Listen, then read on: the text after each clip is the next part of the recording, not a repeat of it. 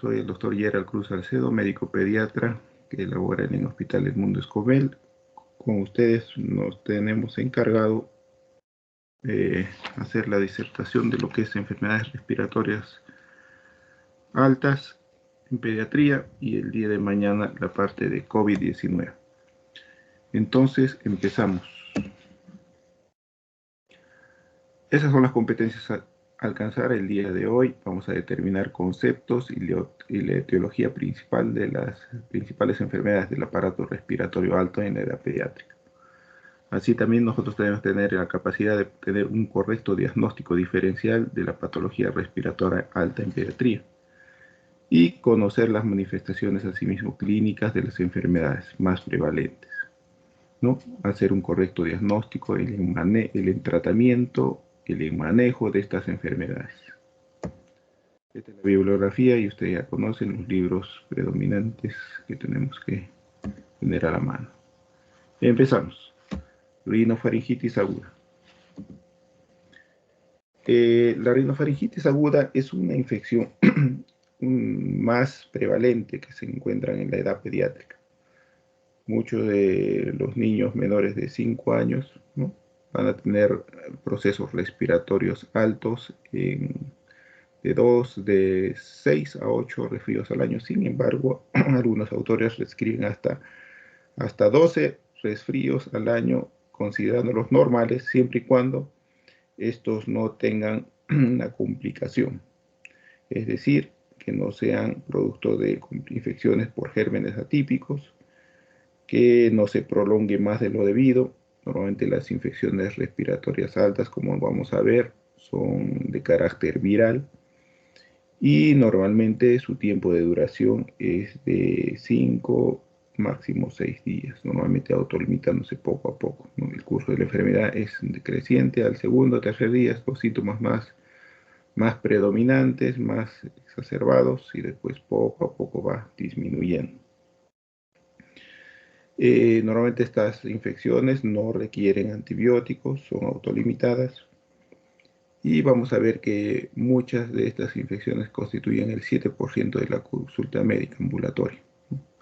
Incluso puede llegar hasta un 50%, hasta más en épocas de friaje, ¿no? Aumentan predominantemente las épocas de invierno. Entonces, esto es una de las causas más frecuentes de ausentismo escolar en lo que es pediatría. Muy bien, acá como les mencionaba, normalmente la etiología está dado por virus. A la cabeza, el rinovirus. El rinovirus está entre el 30 y el 50% de la frecuencia de las infecciones respiratorias altas. El rinovirus, algunas cepas pueden producir asimismo en pacientes pequeñitos lo que es la bronquiolitis. Asimismo pueden causar síntomas de obstrucción en la puerta de la laringe, dando el croup, ¿no?, siendo más que todo en pacientes pequeños, ¿no? Pero nosotros tenemos que tener en cuenta que el rinovirus es la etiología más importante, muchas veces autolimitado. Después tenemos los coronavirus, en 10 al 15%, hablo de las cepas normales circulantes, no la cepa que está circulando ahora, el COVID-19, que vamos a ver el día de mañana.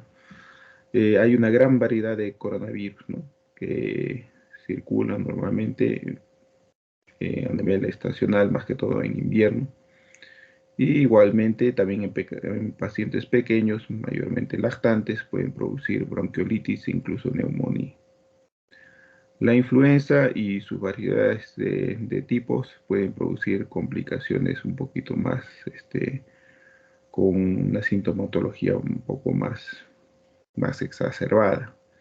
Incluso en pacientes pequeños que tienen alteraciones como tienen causa predisponente como prematurez, alteraciones congénitas, pueden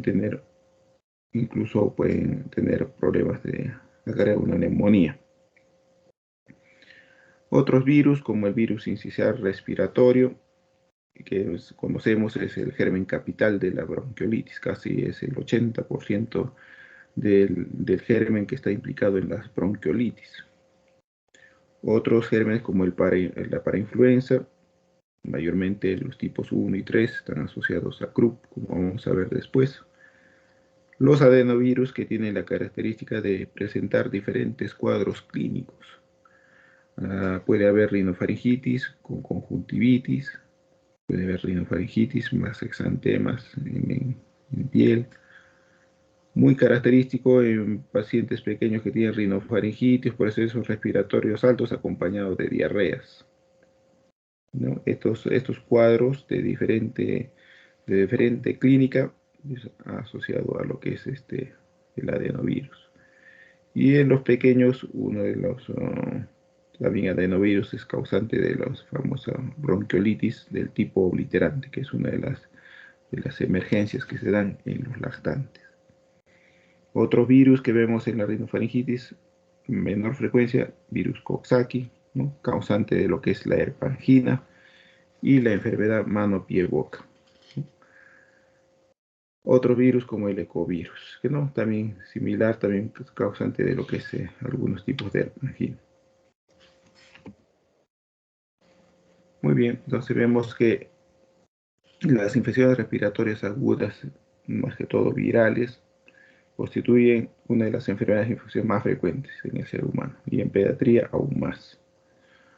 Ahí está, bueno, lo que les dije, de los procesos respiratorios al año, que pueden ser hasta 12 al año, siempre y cuando no tengan complicaciones. Mayormente en los niños pequeñitos fácilmente es complicado con las vías respiratorias inferiores, dado que el diámetro de sus vías, de sus bronquiolos son pequeñitos. Y ante cualquier edema, fácilmente estos bronquiolos pueden cerrarse, ¿no? Y causar problemas mayores. Entonces, en pequeñitos, como les mencionaba, más que todo lactantes, muchas veces conlleva a enfermedades que llegan a requerir oxígeno y necesitan hospitalización. Dado esto, entonces tenemos que tener en cuenta que también la importancia de la lactancia materna exclusiva, ¿no? Es un factor protector, más que todo en pacientes prematuros.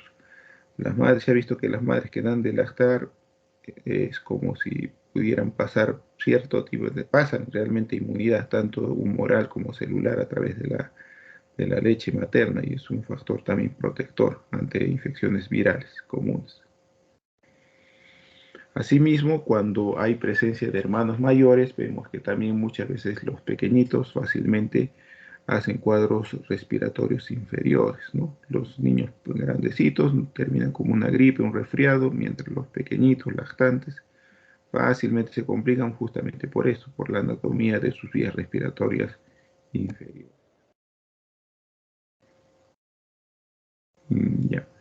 Muy bien, entonces, dentro de lo que es la sintomatología, vemos que producen muchas veces este moquito transparente, fluido, a veces puede acompañarse de tos en niños pequeños o cuando hay compromiso bronquial, ahí sí puede haber sibilancia, pero mayormente no ocurren con ellos, ¿no?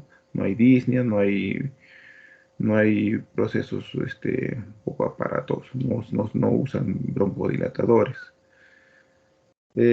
Bueno, dentro del rinovirus, que es causante de ¿no? Estos procesos, cuando, como les mencionaba, en épocas de friaje, puede incluso llegar a altos porcentajes, ¿no? Hasta un 80%. Bueno, importante a veces para poder determinar, ¿no? La etiología, se puede hacer toma de muestras. Casi no se hace en la práctica clínica, pero esto es como parte de la teoría, ¿no?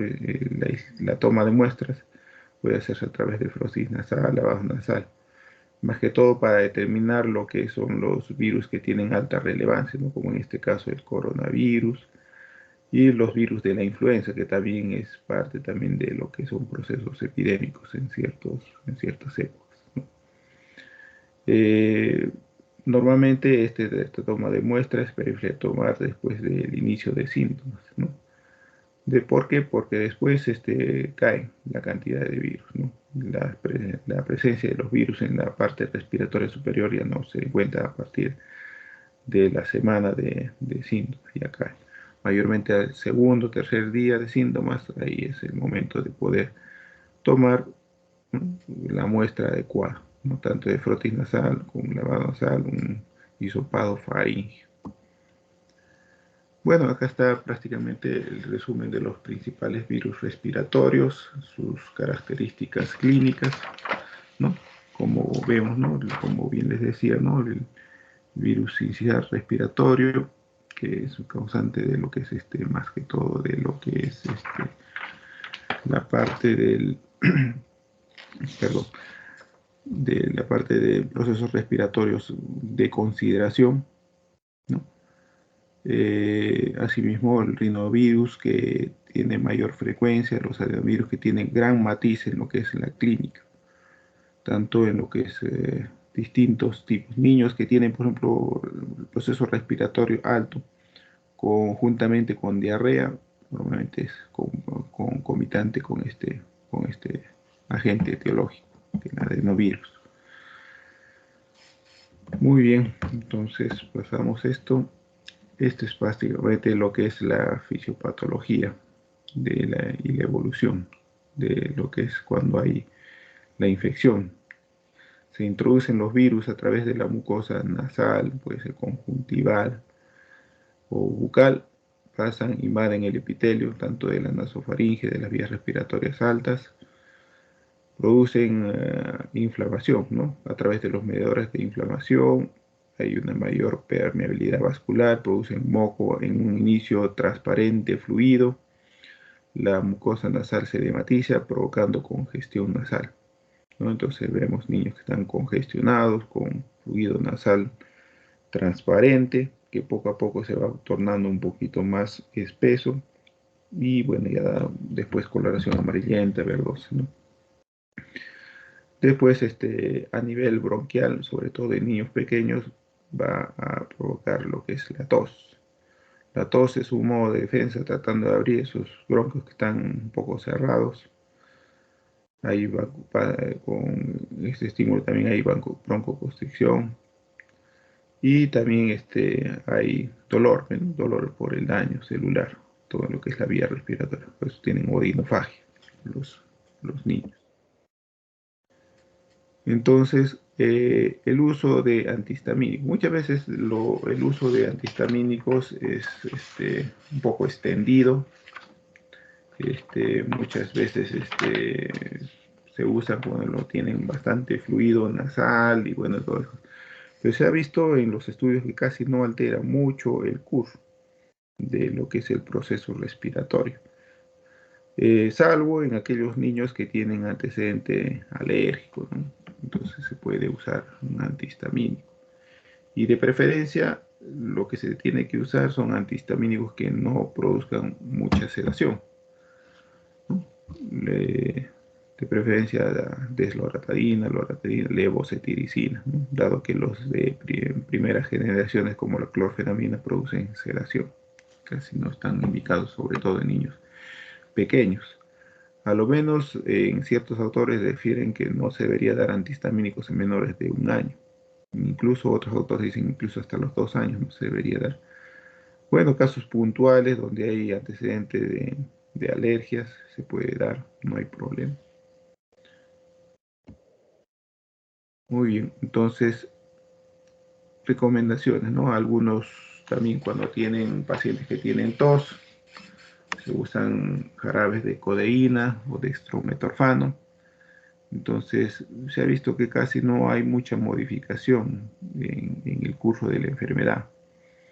Incluso en algunos pequeños, cuando se da supresores de la tos, cuando son pequeñitos, entonces esto puede ser peligroso, ¿no? Como les decía al comienzo, la tos es un modo de defensa, tratando de abrir esos bronquios, tratando de desplazar la flema que hay dentro de los bronquios, ¿no?, las secreciones. Y a veces, si no tenemos estímulo, se suprime, se puede haber infecciones se pueden sobreagregar. Entonces, el uso de antibióticos es otro también algo importante, ¿no? Que muchas veces tienen un poco de fiebre, un malestar de frente, se coloca antibióticos. Entonces vemos que por predominancia, el gran porcentaje de estos pacientes no requieren antibióticos, ¿no? Normalmente son de causa viral. Otras veces, algunas veces se ha visto que a veces dan, ¿no? Por prevenir la infección, no se debe dar como, prevenir, ¿no? La infección no se debe dar, no van a modificar el curso de la enfermedad, ¿no? Y tampoco van a, normalmente que somos un virus, no van a eliminar. La faringomigdalitis.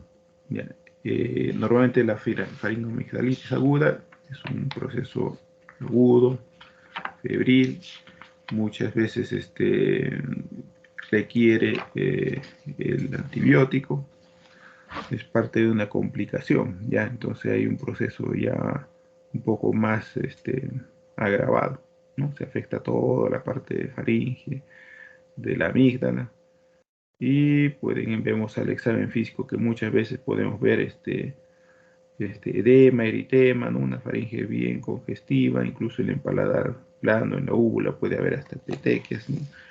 La presencia de petequias es muy sugestivo de una infección bacteriana, ¿no?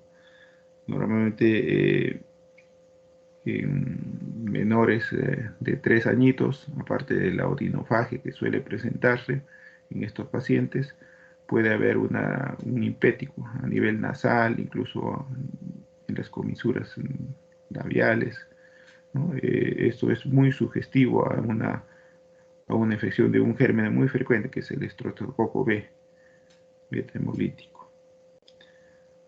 Asimismo, sabemos que algunos pequeños también no solamente hacen odinofagia, también cursan con vómitos, ¿no?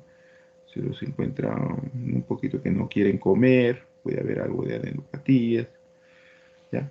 Tenemos que tener en cuenta eso y también ver los diagnósticos diferenciales, porque muchas veces otros gérmenes también pueden dar algo similar a una faringomigdalitis, como lo que es la mononucleosis por Epstein-Barr o citomegalovirus, la difteria, ¿no? En enfermedades infecciosas normalmente forma placas, ¿no? Secreciones que es diferente a lo que es la parte eritematosa de una faringomigdalitis aguda bacteriana. Puede haber también igualmente, ¿no? Extensiones, digamos, por un estreptococo, en la escarlatina puede haber un exantema también, además en toda la piel. Entonces tenemos que tener en cuenta. Muchas veces esta faringitis, como puede ser al comienzo, puede ser causada por virus, pero normalmente eso conlleva también atrás, con el curso de la enfermedad puede haber complicaciones, ¿no? Mayormente, como les mencionaba, el estreptococo beta hemolítico del grupo A, ¿no? O más conocido como estreptococo piógenes, es de relevancia, ¿no? Y que debe ser tratado con antibióticos para prevenir las complicaciones que puedan tener. Bueno, en su conjunto los virus son la mayoría de la faringomigdalitis, ¿no? Siempre y cuando no haya una sobreinfección, ¿no? En épocas de invierno y justamente en estas temporadas que ya está comenzando la primavera, ya está terminando el friaje, ahí aumentan los casos de faringomigdalitis. Y bueno, los rangos de edades, bueno, normalmente se dan en toda la edad, mayormente en los niños de edad escolar, donde están fácilmente el contacto con varios niños, una faringitis de carácter viral puede complicarse. Eh, Normalmente vemos que nosotros tenemos una flora normal en nuestras orofaringes, donde existen este estreptococo, ¿no? Pero cuando hay ese desequilibrio, hay alteración, daño en la mucosa, estos pueden proliferar y causar las enfermedades, básicamente que requieren antibióticos. Eh, Muy bien. Normalmente estas faringomigdalitis deberían ser de carácter autolimitado, con una mejoría o desaparición de los síntomas en unos 6-7 días como máximo, siempre y cuando no haya complicación.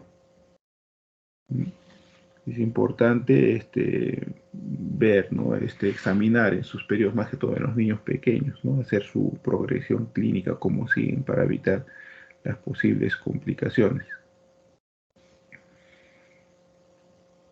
Se ha visto también algunas veces en los niños menores, también igual hay que tener el seguimiento adecuado para evitar las infecciones del aparato respiratorio bajo. Muy bien, algo más también, acá más que todo para determinar la posible infección estreptococo, ¿verdad? Para verificar esto tenemos los anticuerpos antistreptolicina, para ver si es que si hay la presencia del estreptococo beta hemolítico. Bueno, también tenemos, como les mencionaba, la escarlatina, que normalmente es causada también por este germen, ¿no?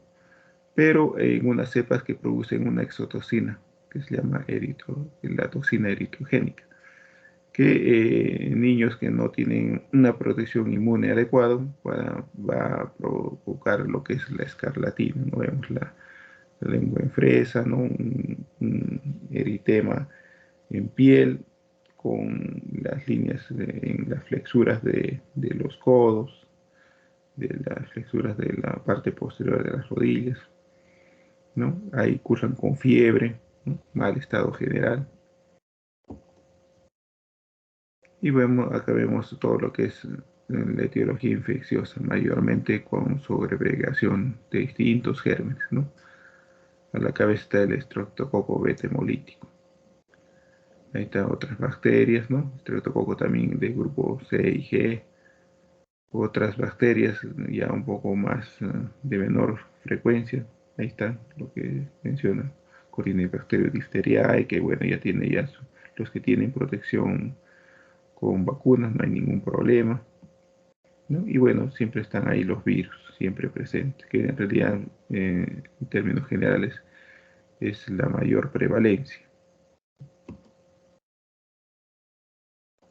Bueno, la presentación clínica más típica, mayormente en niños mayorcitos, ¿no? Hay un comienzo brusco, con fiebre intensa, dolor de garganta, ¿no? Hay síntomas generales, ¿no? Como dolor de cabeza, ¿no? Mialgias, náuseas, vómitos, más que todo en los pequeñitos, cursan con vómitos, dolor abdominal, ¿no? Inflaman los ganglios a nivel abdominal, tienen dolor abdominal los niños pequeños, ¿no? Se objetiva la inflamación de la faringe, la úvula, ¿no? El paladar petequial, ¿no? Petequis, como decía en la paladar blando, en la úvula. Puede haber adenopatía anterior, ¿no? Puede ser doloroso incluso al tacto. Y bueno, otros hechos sugerentes de una infección por este germen, este estreptococo beta hemolítico, ¿no?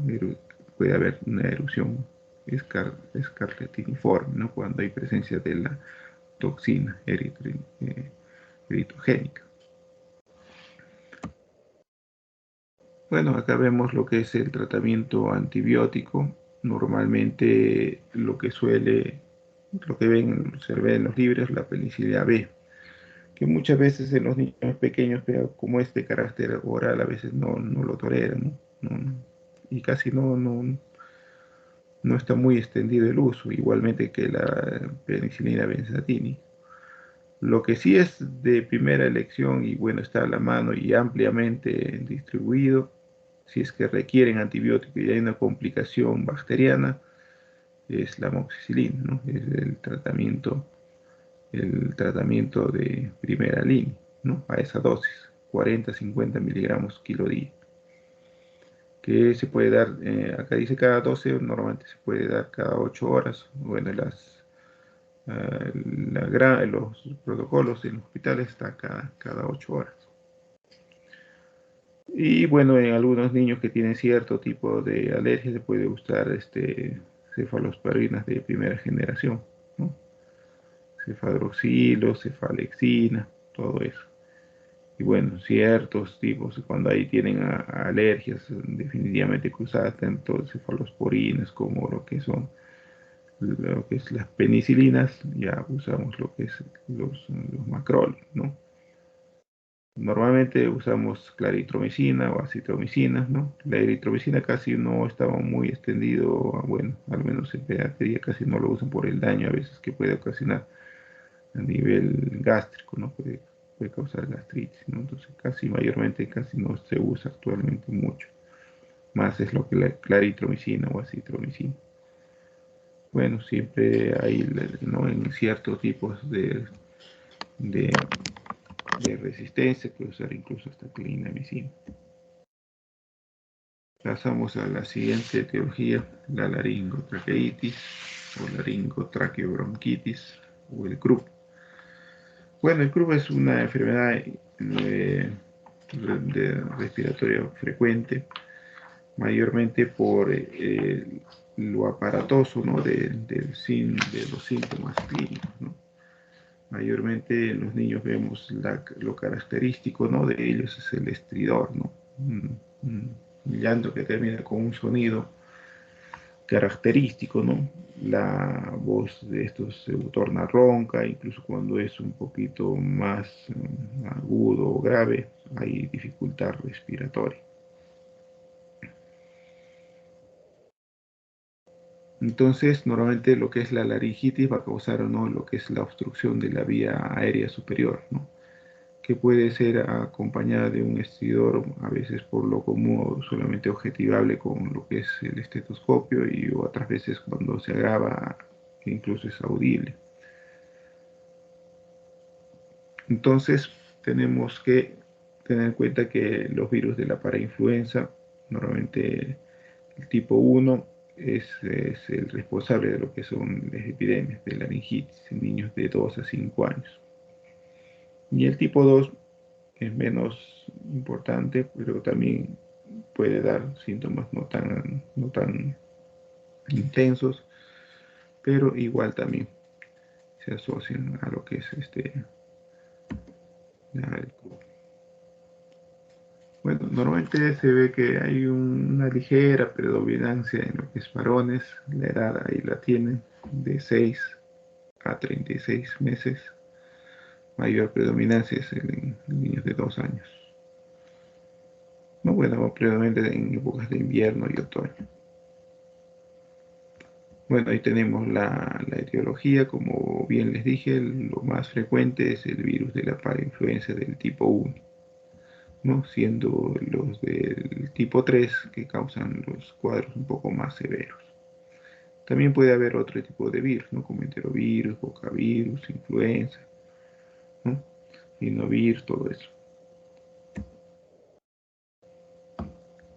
Bueno, tenemos lo característico es la tos, ¿no? La tos y el estridor, que puede dar una dificultad respiratoria en grado variable, ¿no?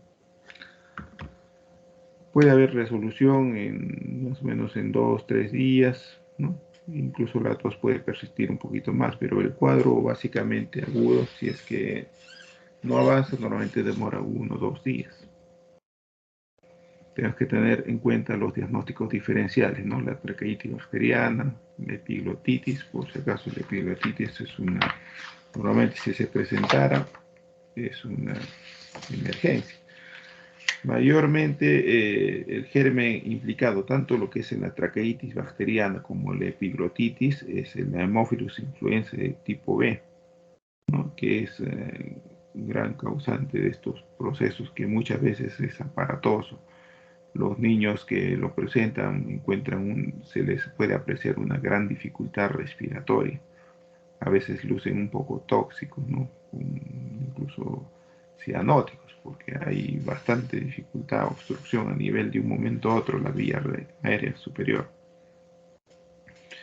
Entonces tenemos que tener en cuenta estos a lo menos los dos primeros, ¿no? Que son de comienzo aparatoso. Bueno, ahora casi no hay mucho porque está extendido lo que es la vacunación y justamente las vacunas que agarran lo que es Haemophilus influenza tipo B ha hecho que estos cuadros sean un poco, no sean tan frecuentes. Bueno, el cuerpo extraño también está ahí presente, ¿no? Hay niños que de un momento a otro comienzan a tener intensas dificultades respiratorias, más que todos los pequeñitos que no hacen referencia a lo que pueden haberse llevado a la boca. Y otros cuadros que podemos ver, ¿no? El absceso periamigdaliano, el absceso retrofaríngeo, el afedema, ¿no? Que entran en el diagnóstico diferencial del CRUB. Bueno, acá vemos lo característico que suele haber en lo que es cuando se toma una radiografía. En la parte superior podemos ver el signo de la punta del lápiz que se ve normalmente cuando hay esto es algo que suele verse, ¿no? En lo que es la radiografía. Ya que vemos lo que es para ver los síntomas, ¿no? Cuando se clasifica el grupo. Puede ser leve, ¿no? Cuando muchas veces no se puede escuchar, solamente se encuentra algo de tos y con el estetoscopio podemos objetivar lo que es el estridor. Normalmente estos niños lo que se requiere es lo que es el corticoide, normalmente se le da. Se puede dar una dosis desde 0.3 miligramos, incluso hasta 0.8 miligramos por kilo, incluso eh, un miligramo por kilo. Y bueno, normalmente esto se desinflama en la parte superior y poco a poco va pasando. Cuando ya los síntomas son un poquito más severos, hay un estridor, puede haber signos de dificultad respiratoria con retracciones subcostales, ¿no? Normalmente podemos dar el corticoide y tenemos que observar para ver que no haya mala evolución. Incluso cuando los síntomas son un poco más severos, con estrés respiratorio, se puede incluso nebulizar con adrenalina, dar oxígeno. Sin embargo, se ha visto que lo que es la nebulización con adrenalina suele dar efectos rebote, ¿no? Por eso es importante observar al paciente al menos por 4 horas en la emergencia. Entonces, normalmente en el encuadro de cruz, los glucocorticoides se ven que dan una mejoría, ¿no? Y bueno, al menos hay que mantenerlos por unos 3, 4 días para mantener que no haya recaídas.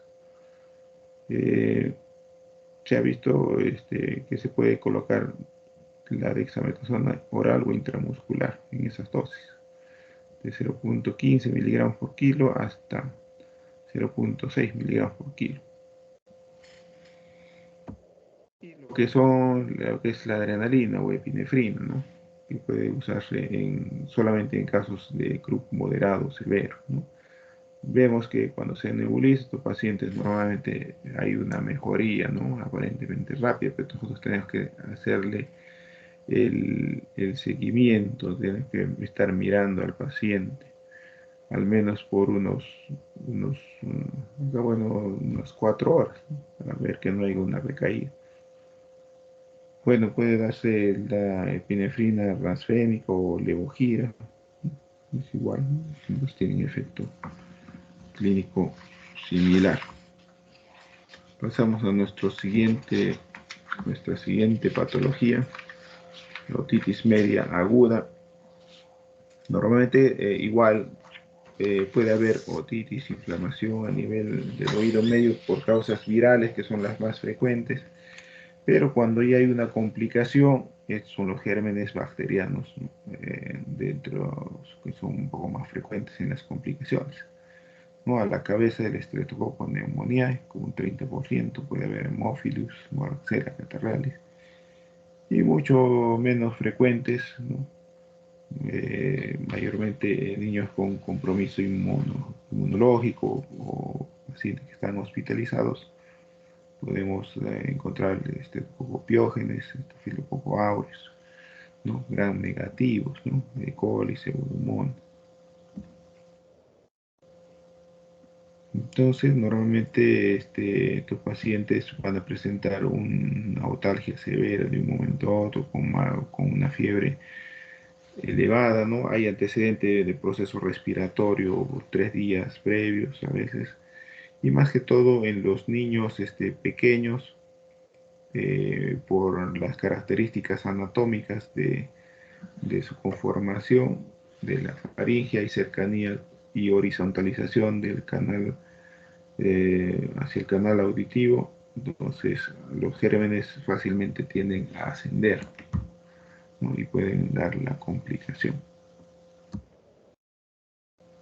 Normalmente los niños, justamente por esta característica anatómica, ¿no? Entonces hay ya a los 5 años, la gran mayoría de niños se ha tenido ya un proceso de otitis media aguda, ¿no? Incluso más de 30% de estos niños ya han tenido más de un episodio. Ahora, los niños que asisten a guarderías, ¿no? De pequeños, ¿no? Hay contacto con variedad de gérmenes igualmente, ¿no? La presencia de fumadores en el entorno igualito también agrava lo que es la otitis. El clima frío, cambios de temperatura bruscos.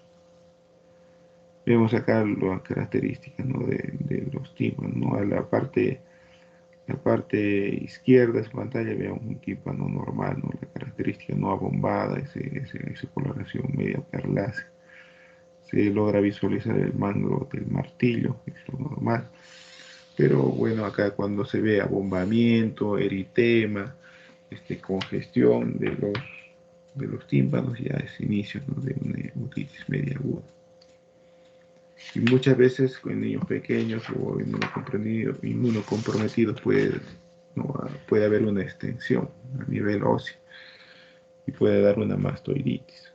Entonces, son las complicaciones, más que todo por adyacencia. Y también puede haber una parálisis facial por adyacencia de lo que es el séptimo par craneal. La laberintitis, ¿no? En casos de contigüedad también puede haber en niños pequeños problemas, ¿no? A nivel de extensión del aparato neurológico.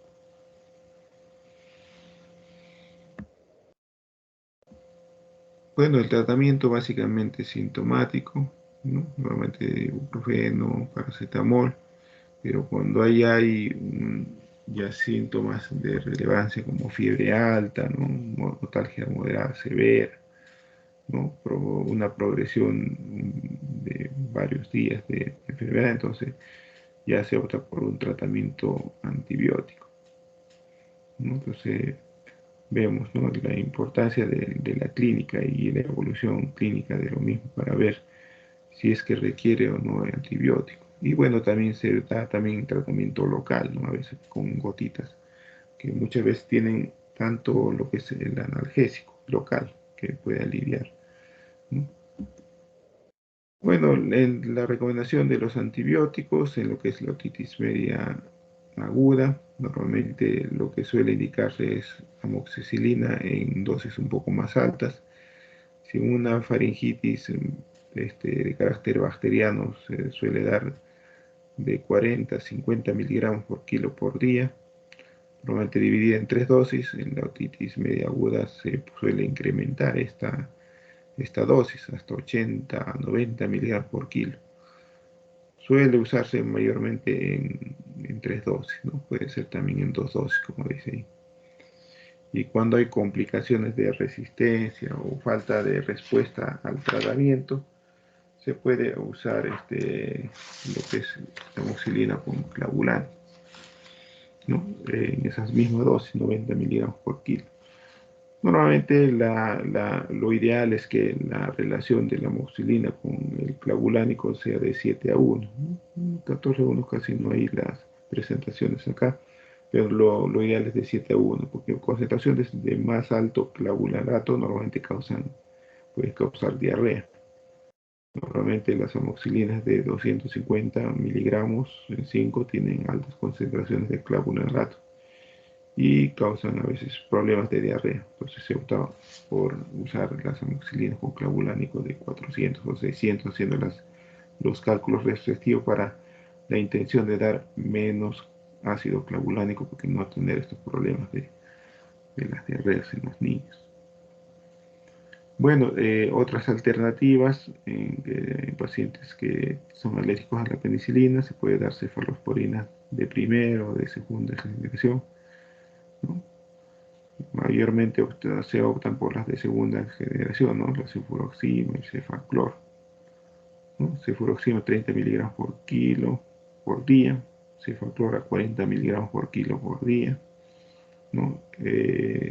Cefaloporinas ya un poco de más alta generación, Cefnidil, ceftriaxona tercera generación también se pueden dar. Y bueno, otras alternativas, ¿no? En pacientes que son realmente alérgicos a muchos de estos, ¿no? Cefalosporinas y penicilina se puede usar, ¿no? Clindamicina se puede usar.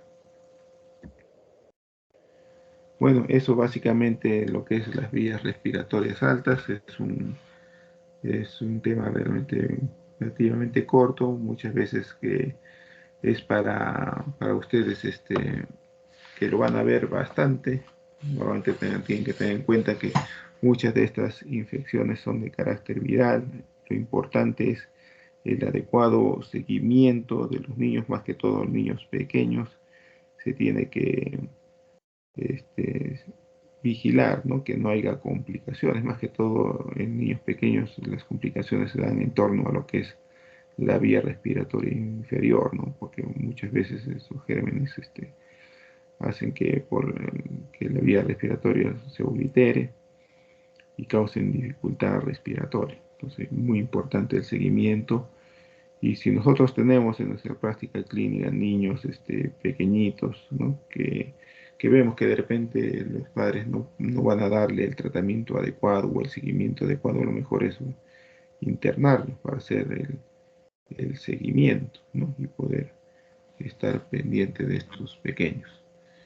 Entonces, eso es de mi parte por el día de hoy. No sé si hubiera alguna pregunta